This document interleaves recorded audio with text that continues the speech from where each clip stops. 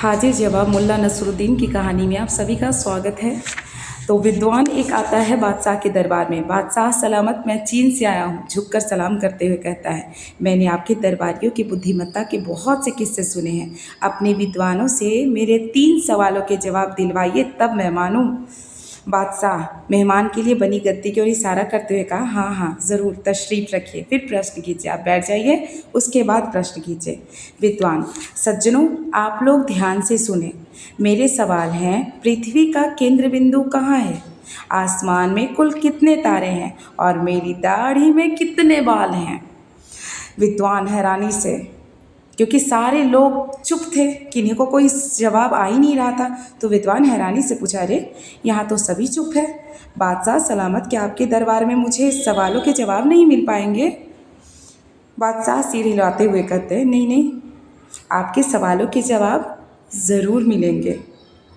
हम अभी मुल्ला नसरुद्दीन को दरबार में बुलाते हैं। मुझे पूरा यकीन है कि वे आपके सवालों के जवाब अवश्य दे देंगे और आपको मायूस नहीं लौटना पड़ेगा।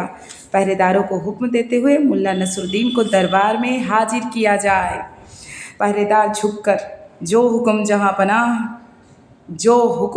पनाह कह के पहरेदार चला जाता है। मुल्ला नसरुद्दीन पहुंच जाता है। गधे से उतरकर बादशाह को सलाम करते हुए, बादशाह सलामत, आपका सेवक हाजिर है, हुक्म कीजिए। मुल्ला जी, ये विद्वान सुदूर चीन से आए हैं, इनके सवालों के जवाब कोई भी नहीं दे सका, इसलिए आपको बुलाया है। देश की इज्जत अब आपके हाथ में है। महाराज बोले। मुल्ला नसरुद्दीन, विद्वान महोदय अपना पहला सवाल कीजिए। विद्वान, पृथ्वी का केंद्र बिंदु कहाँ है? मुल्ला नसरुद्दीन, इस गधे के पीछे वाले दाएं पांव के नीचे। इतना इजी सवाल, इतना आसान। विद्वान भौएं चढ़ाते हुए, पर इसका क्या सबूत है? मुल्ला नसरुद्दीन विद्वान की आंखों में आंखें डालकर, विश्वास न हो तो मंगवाइए गज और आप खुद पृथ्वी के दोनों सिरों को नाप कर देख लीजिए, जरा भी अंतर आए तो बताइए। विद्वान सक पकाते हुए, अच्छा ठीक है, अब मेरा दूसरा सवाल सुने। आसमान में कुल कितने तारे हैं?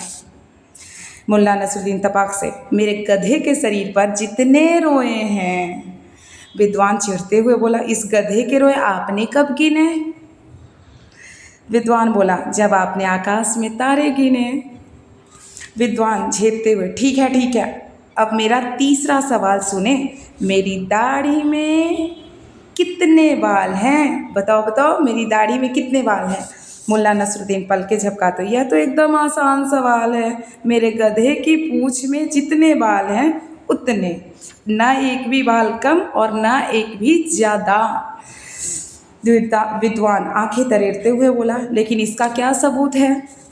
मुल्ला नसरुद्दीन, इसको साबित करना हो तो मैं आपके दाढ़ी और गधे की पूंछ से एक एक बाल उखाड़ना शुरू करूँगा। यह करते करते मुल्ला नसरुद्दीन विद्वान की दाढ़ी की ओर हाथ बढ़ाने के लिए वो आगे बढ़े कि एक एक बाल अब हम कबारना निकालना स्टार्ट करेंगे। एक बाल गधे की पूंछ का और एक बार आपके दाढ़ी के बाल का। इतने में विद्वान डर जाते हैं और घबरा कर कहते, नहीं, साबित करने की कोई आवश्यकता नहीं, बस मैं हारा आप जीते। विद्वान अपना सा मुँह लेकर रह जाता। बादशाह खुशी से, वाह मुल्ला जी, आप सचमुच हाजिर जवाब हैं। सभी दरबारी मुल्ला नसरुद्दीन की वाहवाही करते हैं, तालियां बजाने लग जाते हैं।